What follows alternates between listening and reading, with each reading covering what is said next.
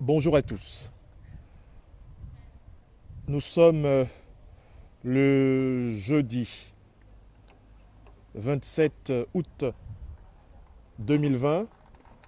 Je vous avais promis de vous proposer tard hier soir, ou en tout cas en fin de matinée aujourd'hui, mon analyse d'une lettre historique, une lettre publique, une lettre ouverte, qui vient d'être adressée par le président du mouvement Génération et Peuple Solidaire, Guillaume Kigbafori Soro, candidat à l'élection présidentielle de Côte d'Ivoire, au président de la République française, M. Emmanuel Macron. Eh bien, chose promise, chose due, je voudrais à présent vous donner mon analyse, mon interprétation de cette lettre historique. Bien sûr, la dite lettre ayant été publiée, il est fort possible que certains d'entre vous ici rassemblés ne l'aient point lue ou qu'elle ait échappé dans son entièreté à leur vigilance. Je voudrais donc d'abord en donner la lecture et ensuite une interprétation. Mon intervention sera constituée donc de la lecture de la lettre, ensuite de la mise en évidence des mauvaises interprétations de cette lettre, et enfin de la mise en évidence de la bonne interprétation de cette lettre. Donc, lecture de la lettre, mise en évidence des mauvaises interprétations de cette lettre, et enfin, mise en évidence de l'interprétation la plus profonde et la plus juste possible de cette lettre, en tant que sachant. Vous le savez, je suis conseiller spécial de Guillaume Kigbafori Soro, que je connais depuis 25 ans. Je suis son conseiller spécial depuis bientôt 10 ans et plutôt bien placé pour restituer l'orthodoxie de sa pensée. Alors, dans le journal du dimanche, journal français, voici ce que le président Guillaume Kigbafori Soro a dit au président Emmanuel Macron. Monsieur le Président de la République, permettez-moi de vous écrire. Comme tout homme épris de liberté sait pouvoir le faire, quel que soit son nom ou son origine. Permettez-moi de m'adresser aux représentants d'une nation qui a placé la grandeur au cœur de son histoire et dont la lumière éclaire le monde depuis si longtemps.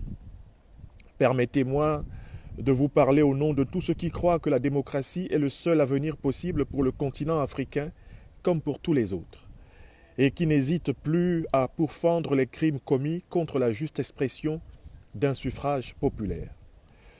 Je suis le petit-fils de Sekongo Kadio Yaha, ancien des troupes coloniales ayant fièrement servi comme tirailleur au cours de la Deuxième Guerre mondiale pour vaincre les nazis. Je suis le neveu de Yeo Naniene Horona Adama, mobilisé lors de cette même guerre et qui, ayant participé à toutes les campagnes militaires françaises, fut décoré de la Légion d'honneur des mains du président Jacques Chirac. Ils se sont battus avec dignité et honneur pour la France, ce grand pays de la liberté et des droits de l'homme. Ils étaient si fiers d'avoir pris part à ce combat contre les forces farouchement opposées à la démocratie. Ils ont tant marqué mon enfance, ma jeunesse, et ils m'ont tant inspiré par leur expérience et par leur sagesse. La Constitution, socle de notre édifice républicain, est en train d'être démolie. Dans mes mots, ils sont toujours présents. Et c'est aussi en leur nom que je m'adresse à vous aujourd'hui, Monsieur le Président, avec humilité et avec gravité. Avec simplicité aussi, je veux vous parler de la Côte d'Ivoire, un pays que j'aime par-dessus tout et que j'ai eu l'honneur de servir comme Premier ministre et comme président de l'Assemblée nationale. Le pays est pris dans un tourbillon qui fait valser les libertés fondamentales et démantèle l'état de droit et met à mal une démocratie que beaucoup prenaient en exemple. La Constitution, socle de notre édifice républicain, est en train d'être démolie.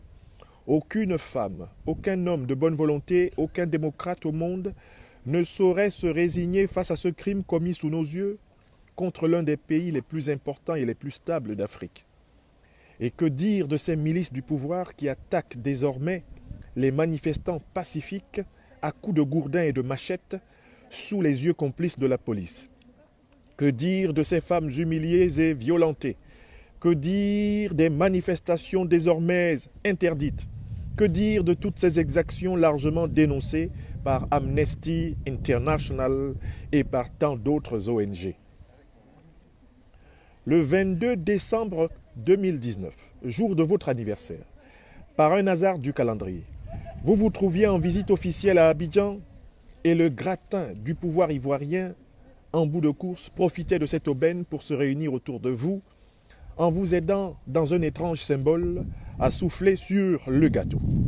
Le vice-président de la République avait endossé la posture du maître de chœur pour entonner un joyeux anniversaire, repris à l'unisson par tous les membres du gouvernement présents à ses côtés. Dépité, l'opinion ivoirienne trouva également de bien mauvais goût le dandinement pathétique d'un président de 75 ans sur une piste de danse tentant de vous amadouer en cette circonstance qu'il pensait propice, alors que la situation sociale du pays est si préoccupante. Nous sommes des millions et des millions. Nous avons tendu l'oreille, nous n'avons entendu que le silence de la France. Horrifiés, les Ivoiriens assistèrent, quelques heures à peine après votre départ du pays, à une vague de répression inédite et brutale contre l'opposition, visant plus particulièrement les militants et les dirigeants du mouvement Génération et Peuple Solidaire, qui compte plusieurs millions de membres, qui se trouvèrent battus et emprisonnés arbitrairement. Moi-même, président de ce mouvement, j'étais traqué et interdit de séjour en Côte d'Ivoire, mon pays, sous un prétexte fallacieux et reconnu comme tel à l'unanimité des juges par la Cour africaine des droits de l'homme. Nous sommes des millions et des millions. Nous avons tendu l'oreille,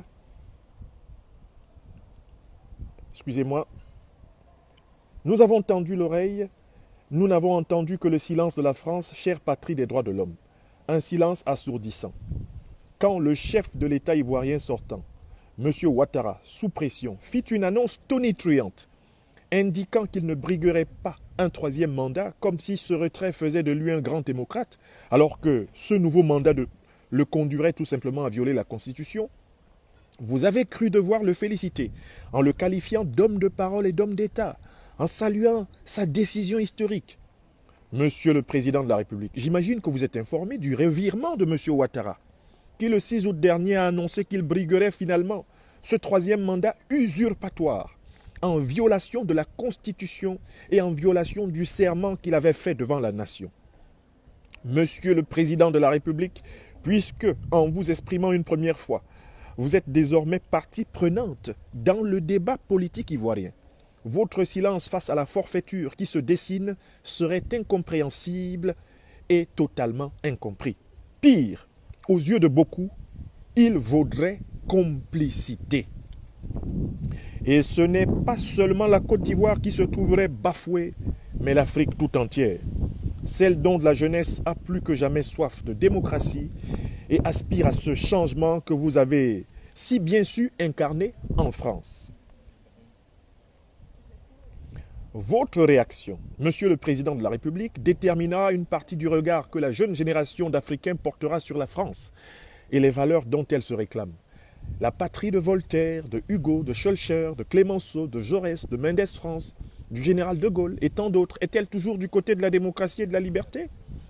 La France ne peut pas aller dans le sens de ceux qui piétinent les libertés fondamentales d'un pays. Je ne demande rien pour moi-même, seulement les élections honnêtes et justes dans lesquelles chaque candidat pourra se présenter librement pour que le peuple puisse voter librement. En Côte d'Ivoire, après 60 ans d'indépendance, la population n'acceptera pas l'émergence d'un pouvoir usé qui cherche à se maintenir à tout prix à la tête de l'État en écartant arbitrairement du jeu démocratique tous ceux qui, constitutionnellement, sont en droit de solliciter le suffrage populaire.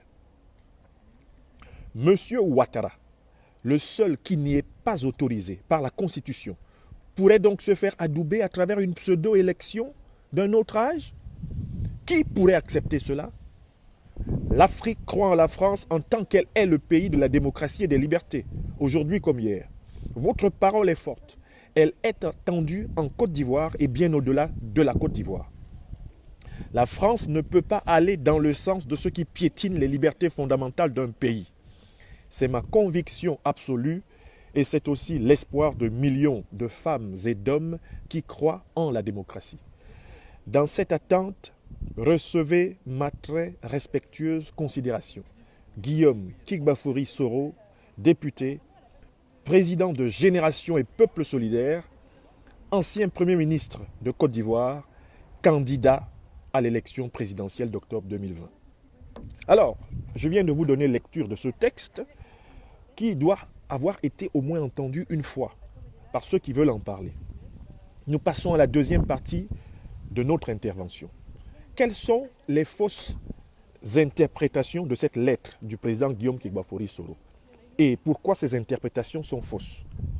La première fausse interprétation de cette lettre du président Guillaume Kigbafori Soro, chef de l'État français, Emmanuel Macron, consisterait à penser que Guillaume Kigbafori Soro appelle le président de la République française à venir choisir le futur président de la République de Côte d'Ivoire, c'est-à-dire à imposer un autre président de la République que celui sortant, Alassane Dramane Ouattara.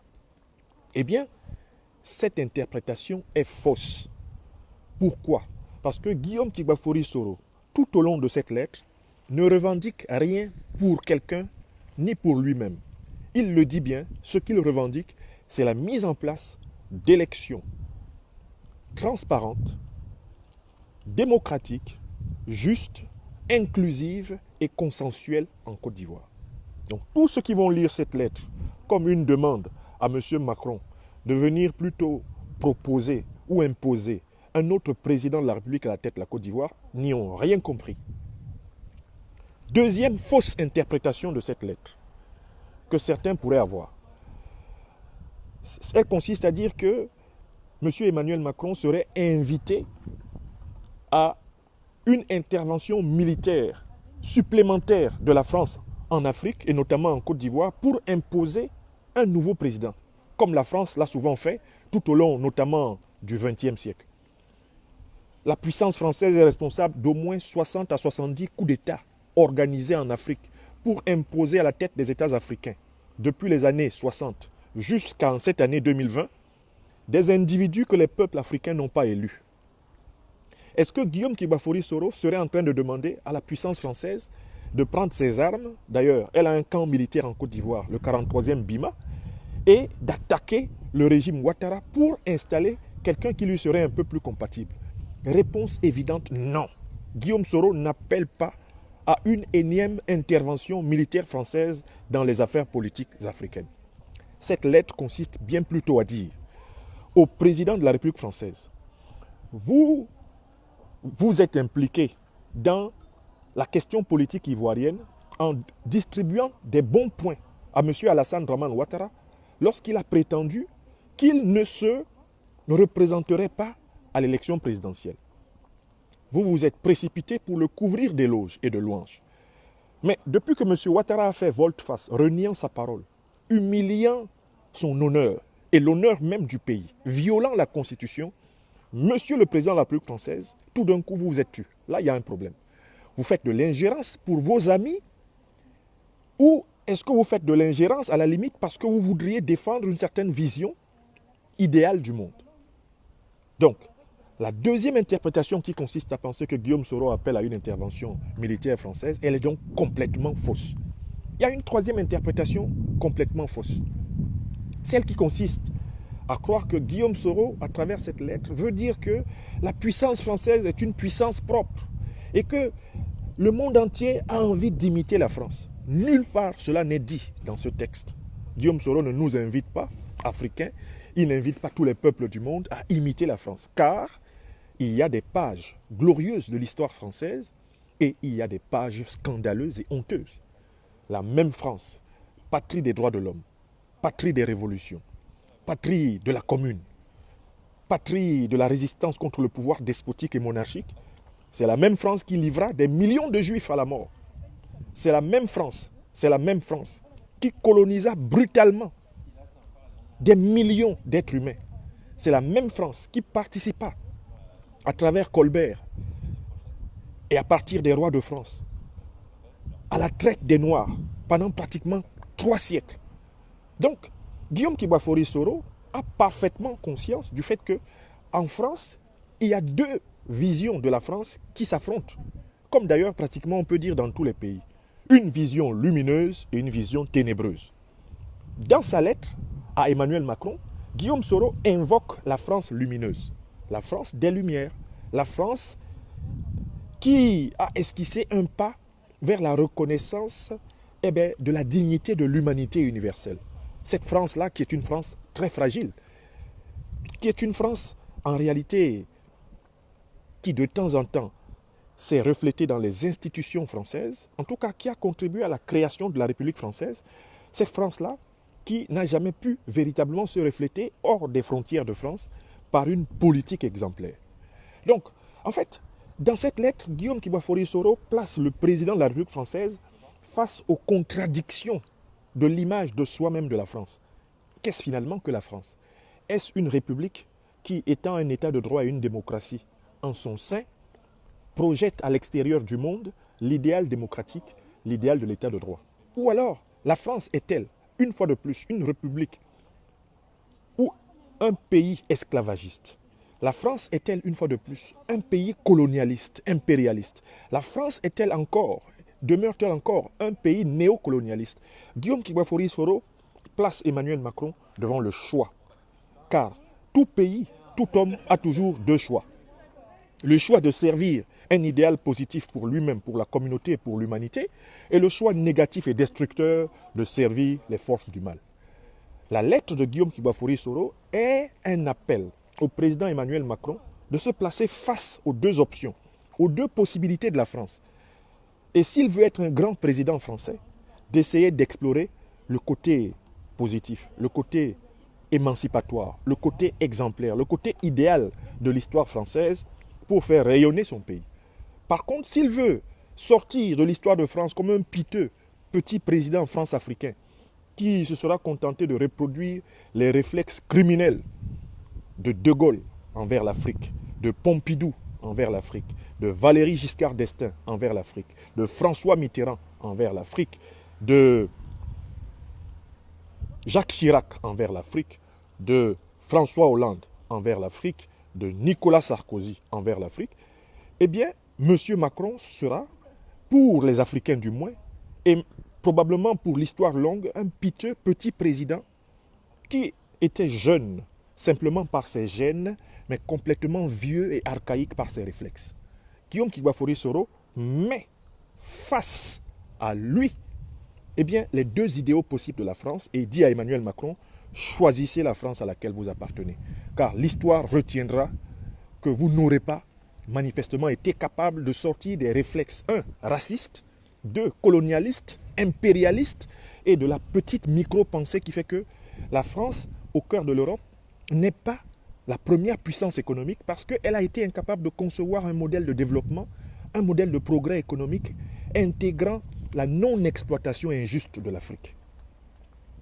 Voyez-vous, les interprétations fausses que l'on peut faire de cette lettre sont ainsi absolument déconstruites.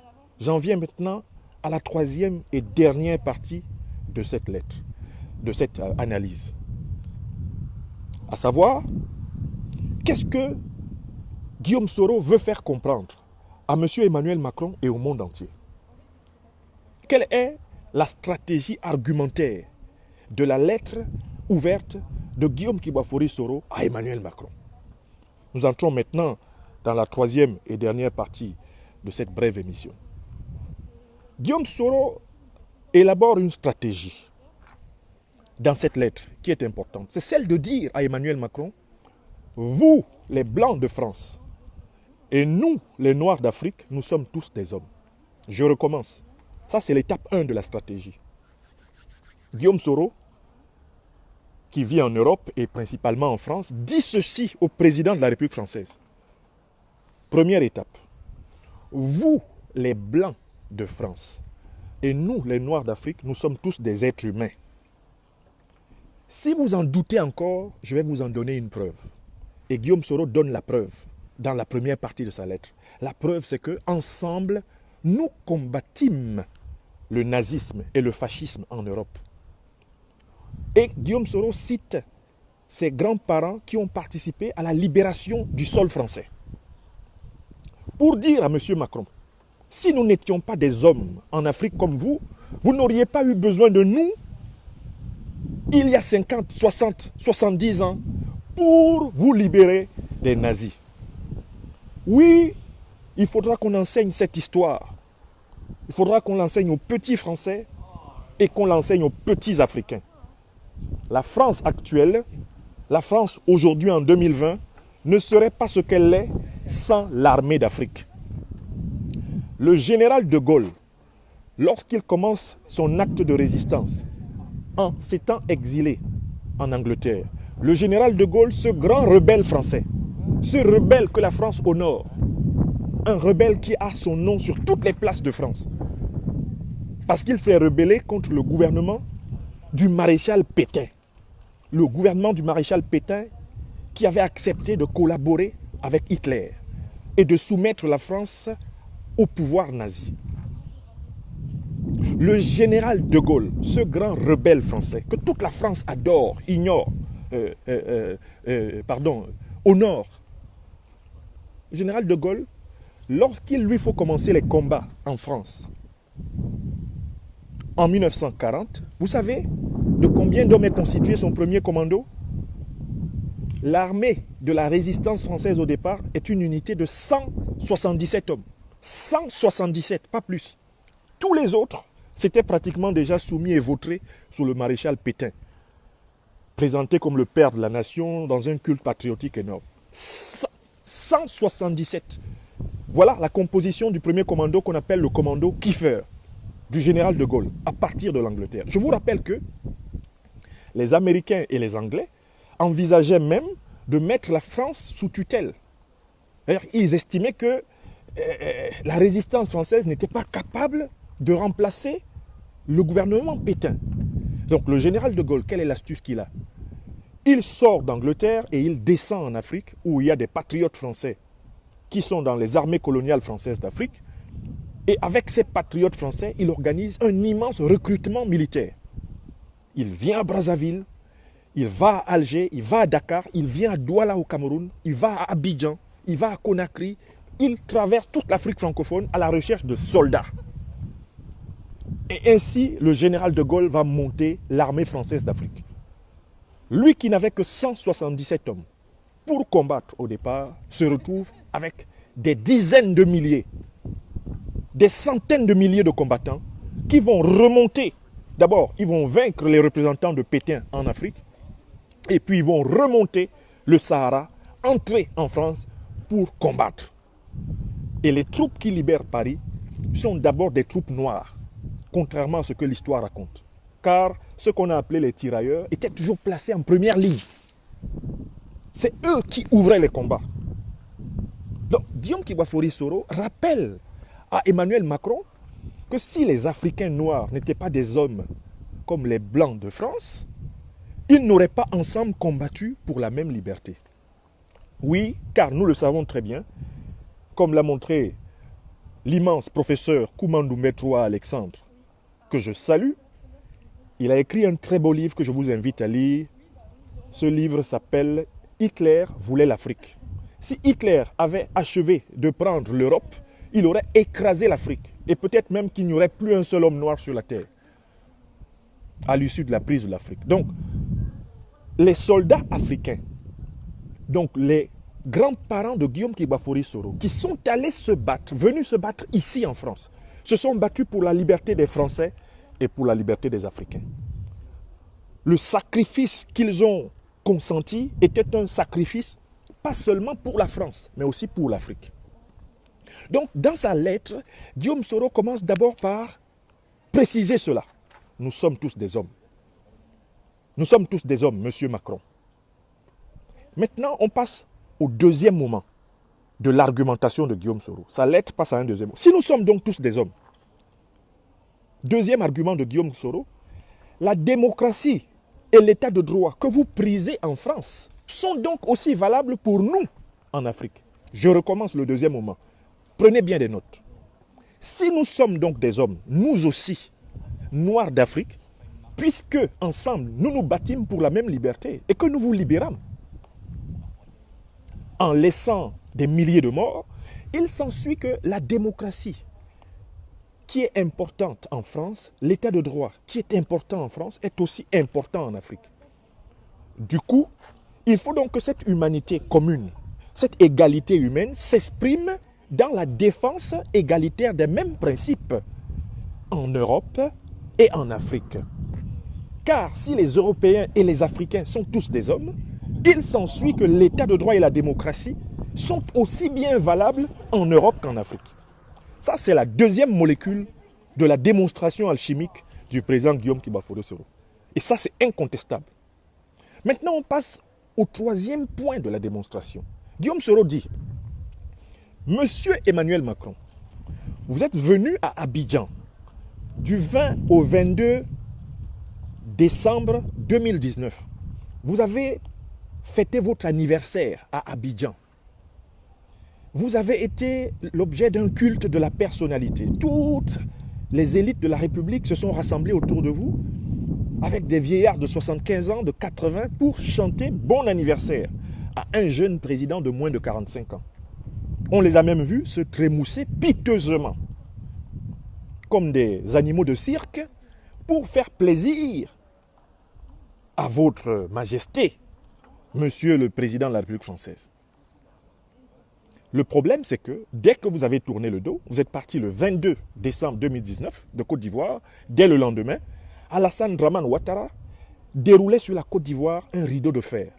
La destruction encore plus massive des libertés d'association, des libertés d'expression, des libertés d'opinion était organisée par M. Ouattara. Alors, comment doit-on interpréter cela? M. Emmanuel Macron, président de la République française, vient en Côte d'Ivoire. Dès qu'il tourne le dos, Alassane Ouattara se croit tout permis. Il tue, il blesse, il emprisonne, il exile.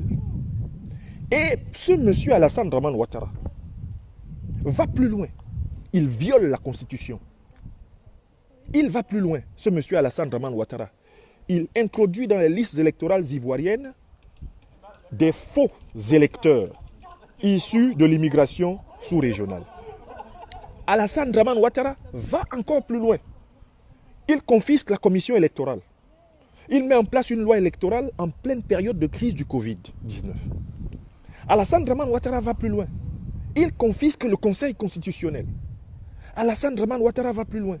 Il annonce sa candidature à un troisième mandat anticonstitutionnel, donc illégal et illégitime. Et Alassane Ouattara dit qu'en Côte d'Ivoire, c'est lui qui dit le sens de la Constitution. Il se place au-dessus du Conseil constitutionnel ivoirien. Or, entre-temps, quand il avait fait semblant de vouloir se retirer du pouvoir, vous, monsieur Macron, vous vous étiez permis de le féliciter.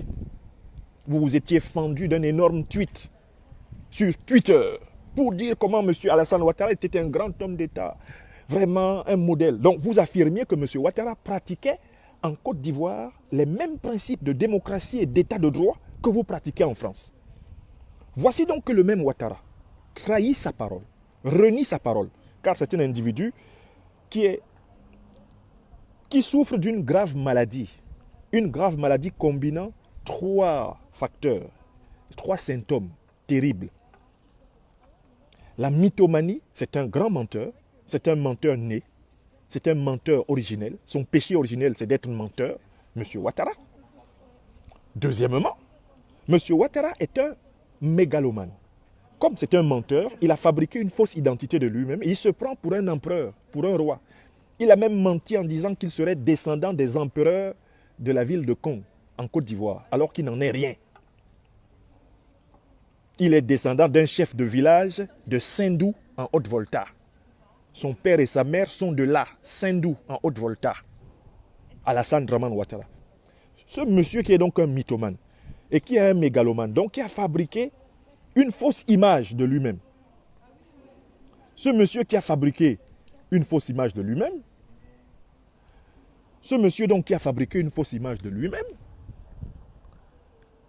souffre d'une troisième maladie très grave.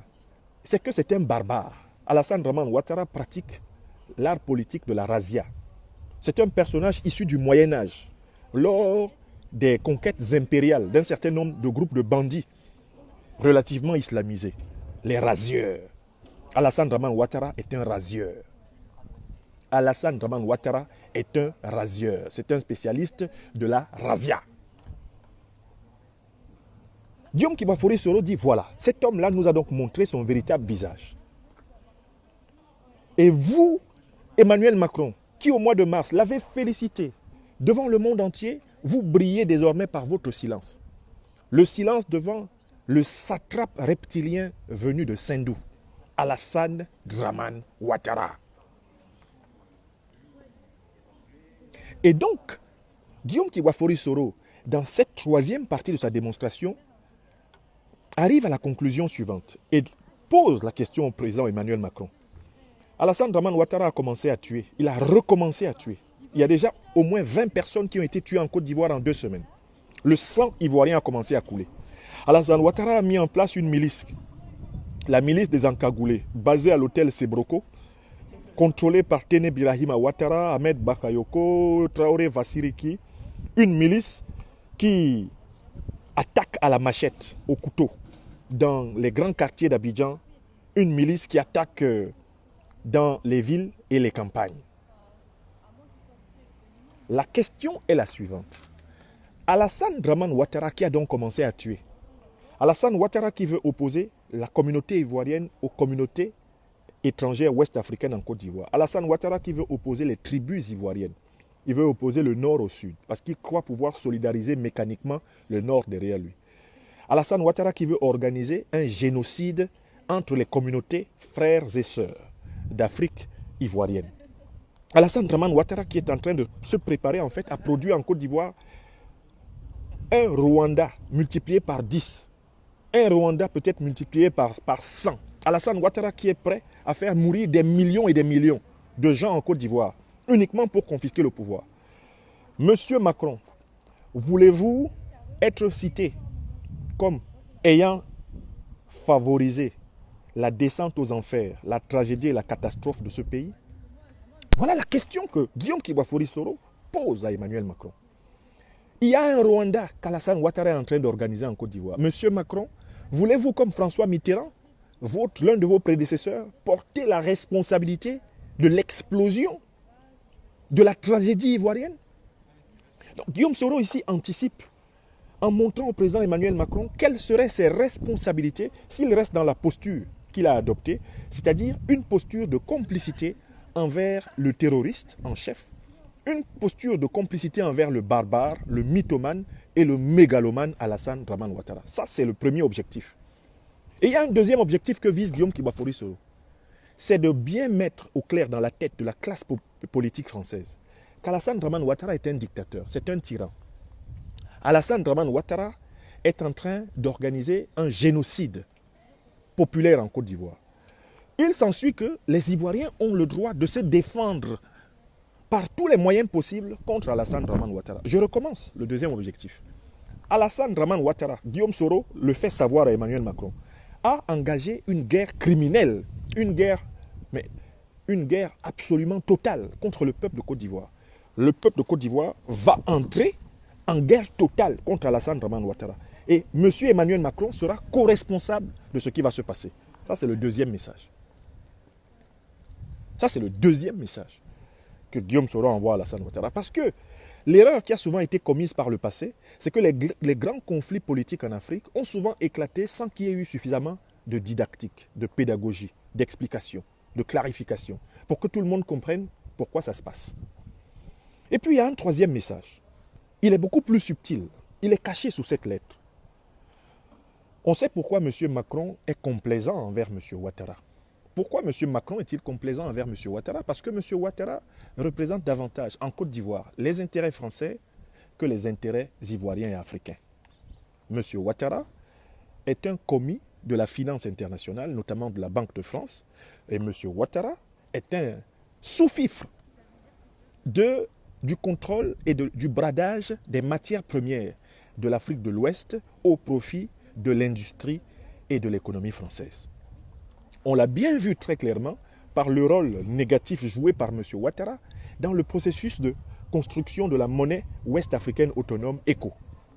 Alors, Guillaume Kibafori Soro pose la question, au fond implicitement, c'est: la France pense-t-elle que les peuples africains, avec des populations qui se sont multipliées par 10, les besoins sociaux, économiques, culturels, politiques, qui se sont multipliés par 10, parfois même par 30, est-ce que la République française pense qu'il va falloir maintenir le système d'exploitation actuel et que les gouvernements et les pays africains pourront faire face aux besoins de leur population en maintenant le système d'exploitation actuel? Au fond, sous la lettre de Guillaume Kibafori Soro, il y a une question qui est posée à l'intelligence française. Est-ce que le système qui a été mis en place depuis les indépendances, entre guillemets, jusqu'aujourd'hui, en 2020, est-ce que ce système est encore viable? Guillaume Kibafori Soro, au fond, invite Emmanuel Macron, qui est un président jeune en âge, mais malheureusement vieux par ses réflexes, il l'invite à une nouvelle épistémologie politique. Il l'invite à penser autrement la relation de la France à l'Afrique, parce que l'Afrique a changé. Il n'y a pas que la France qui change, il y a l'Afrique qui change aussi. L'Afrique, c'est 80% d'une population en deçà de 50 ans. 80% des Africains sont en deçà de 50 ans. Ils ne peuvent pas comprendre qu'ils vivent dans un monde dans lequel ils sont privés de la satisfaction de leurs besoins les plus élémentaires. Les besoins alimentaires, les besoins sanitaires, les besoins en termes d'habitat, de logement, les besoins en termes de sécurité. Alors que quand ils regardent la télévision, ou simplement quand ils ouvrent leur téléphone portable, ils voient un monde où il est possible de vivre dignement. Ce monde leur est projeté par la publicité. Ce monde leur est projeté par les médias. Eh bien, les jeunes Africains ne peuvent pas comprendre qu'ils soient dans ce monde et que les bonnes choses de ce monde leur soient refusées. Par conséquent, l'Afrique est en phase de soulèvement généralisé. Et la puissance française risque d'être balayée prioritairement par tous les pays d'Afrique francophone. Car la puissance française a, depuis le général de Gaulle, qui est un héros de la France, mais qui est en réalité un bourreau de l'Afrique, depuis Georges Pompidou, qui est peut-être un bon président français, mais un bourreau de l'Afrique, depuis Valéry Giscard d'Estaing, qui a peut-être été un président français original, mais qui est un détourneur massif de richesses africaines, depuis François Mitterrand, qui est peut-être pour la France le sphinx, mais en réalité qui a été un horrible cynique, ayant cautionné le génocide rwandais, depuis Jacques Chirac, qui peut-être pour la France a été un homme politique remarquable, n'est-ce pas? Le grand Jacou, n'est-ce pas? Mais qui pourtant a reconnu, dans des moments de lucidité presque prophétique, que la France avait énormément spolié l'Afrique depuis des siècles. Depuis François Hollande, qui a promis, proposition 58 de son programme politique, en 2012, je vais mettre fin à la France-Afrique, avant de faire tout le contraire. Eh bien, les présidents français n'ont toujours pas accepté de remettre à plat leur politique africaine de la France. Tous sont bloqués mentalement par l'idée que les matières premières africaines doivent être exploitées à vil prix, voire gratuitement. La monnaie africaine doit être contrôlée par la Banque de France. Les armées africaines doivent être des armées vassales de l'armée française. La culture, le système culturel africain doit recopier les réformes culturelles françaises. Il y a une autre façon de penser la relation qui peut être beaucoup plus riche que la vision impériale. C'est celle effectivement d'un partenariat humain. Un partenariat qui peut être infiniment plus juteux, à la fois économiquement, socialement, culturellement et spirituellement, que la relation de domination. Guillaume Soro invite en réalité Emmanuel Macron à sortir de l'épistémologie, du paradigme de la domination française, pour entrer dans un nouveau paradigme, celui d'une relation féconde avec tous les peuples du monde et la reconnaissance du droit des peuples africains à disposer définitivement d'eux-mêmes. Voilà le fond de la lettre. Tous ceux qui ont lu cette lettre comme étant, je ne sais pas, un appel aux grands frères français, comme étant un appel à une intervention militaire française, comme étant un acte de génuflexion de plus, ne connaissent pas Guillaume Kigbafori Soro et sa génération. Je suis désolé, ils ne connaissent pas Guillaume Kigbafori Soro et sa génération. Nous, intellectuels, politiques africains de cette génération, sommes convaincus que nous sommes des hommes à part entière et non entièrement à part. Sommes convaincus que les principes de justice, les principes de vérité qui peuvent être valables en France, aux États-Unis, en Chine et partout, sont aussi valables en Afrique. Nous sommes convaincus que la solution des problèmes africains vient de la naissance endogène d'état de droit et de démocratie en Afrique. Nous sommes convaincus que les peuples africains n'ont pas d'autre choix pour résoudre leurs problèmes que de prendre le pouvoir. Et nous sommes au cœur des révolutions africaines pour prendre le pouvoir. C'est ce qui se passe au Mali, c'est ce qui va se passer en Côte d'Ivoire, c'est ce qui va se passer au Cameroun, c'est ce qui va se passer au Sénégal, c'est ce qui va se passer au Niger, au Togo, au Gabon, au Congo, partout. Les peuples africains vont prendre le pouvoir que l'élite colonialiste, impérialiste, condescendante, raciste française le veulent ou pas. Qu'elles le veulent ou pas, le sens de l'histoire est à l'émancipation des peuples. Guillaume Kigbafori Soro est immergé dans cette dynamique de l'histoire. La dynamique qui était celle déjà de ses grands-parents qui vinrent ici, en France, libérer le peuple français du joug nazi parce qu'ils étaient convaincus que la liberté de la France permettrait d'anticiper et de favoriser la liberté de l'Afrique. Car comme le rappelle si bien le professeur Alexandre Kouma Doumbé III, eh bien, Hitler voulait l'Afrique. Après avoir confisqué l'Europe, Hitler voulait prendre l'Afrique. Et l'éradication du nègre, l'éradication du noir de la surface de la terre était dans le programme du parti nazi. À nos grands-parents, à nos ancêtres qui vinrent combattre sur ce sol contre l'ignominie, nous devons une fière chandelle. Car quand un noir d'Afrique marche dans les rues de France, il marche dans une terre, sur une terre que ses ancêtres ont libérée. Je recommence. Quand un noir d'Afrique marche dans les rues de France, il marche sur une terre que ses ancêtres ont libérée. Le noir de France doit être fier de marcher librement en France, car la liberté des Français fut aussi l'œuvre des Africains. Je recommence. Le noir d'Europe, le noir de France, doit être fier quand il marche dans les rues de France, car la liberté des Français fut aussi l'œuvre des Africains. Nul ne pourra l'effacer. Nul ne pourra mettre cela en cause. Cela est fait. Chers amis, voilà donc une interprétation orthodoxe de la lettre du président Guillaume Kigbafori Soro que je voulais vous apporter. Je voudrais aussi vous rappeler que le président Guillaume Kigbafori Soro demeure candidat à l'élection présidentielle 2020 en Côte d'Ivoire, une élection qui devra avoir lieu sur le fond d'une lutte populaire pour empêcher d'abord Alassane Dramane Ouattara, qui n'est pas éligible à un troisième mandat, d'être candidat. Le verrou en vue d'une véritable élection présidentielle en Côte d'Ivoire, c'est d'empêcher Alassane Dramane Ouattara d'être candidat. L'empêcher de confisquer l'élection, de contrôler l'élection. Donc, ces petits micmacs à la commission électorale indépendante, ces petits micmacs au Conseil constitutionnel ne concernent que lui, Alassane Ouattara. Le peuple ivoirien sait qu'il va falloir se débarrasser d'Alassane Ouattara pour qu'il y ait une élection présidentielle authentique en Côte d'Ivoire. Je recommence. Le peuple ivoirien sait, à l'instar du peuple malien, à l'instar du peuple camerounais, que dans tous les pays où il y a un dictateur, eh bien, si on veut avoir des élections démocratiques, il faut d'abord se débarrasser du dictateur. Dans tous les pays où il y a un dictateur, si l'on veut avoir des élections démocratiques, il faut d'abord se débarrasser d'un dictateur. Donc la lutte du moment, c'est non au troisième mandat d'Alassane Ouattara, non au hold-up du processus électoral par le RHDP, non à la barbarie d'Alassane Ouattara.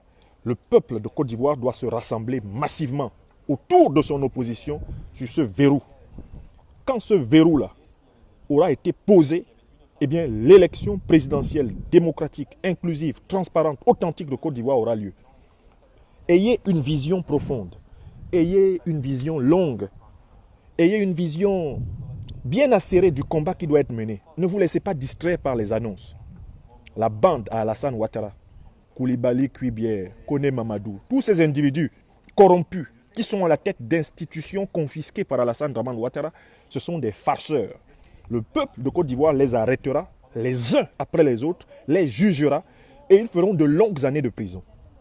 Tous ceux qui, au RHDP, se sont réunis le 22 août pour investir un candidat illégal, un candidat illégitime, un candidat dangereux pour la Côte d'Ivoire, tous ceux-là seront convoqués au tribunal de l'histoire. Le peuple de Côte d'Ivoire les arrêtera, les uns après les autres, et ils seront jugés. Ils seront punis, sévèrement punis, par les tribunaux, effectivement, de l'état de droit de Côte d'Ivoire. La bataille véritable ne fait que commencer.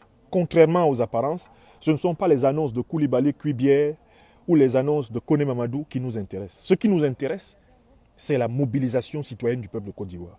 Et la lettre du président Guillaume Kibafori Soro au président de la République française a pour but de le prévenir que le peuple de Côte d'Ivoire ne se laissera pas faire. Et que s'il continue à considérer Alassane Draman Ouattara comme son poulain, parce qu'il considère peut-être que Ouattara garantit mieux les intérêts étriqués d'une élite corrompue, ivoirienne ou française, M. Macron se trompe. Et Guillaume Soro lui demande de réviser sa copie, revoir sa politique, ajuster sa politique aux réalités du terrain ivoirien. Les réalités du terrain ivoirien sont les suivantes. Alassane Ouattara est un homme isolé.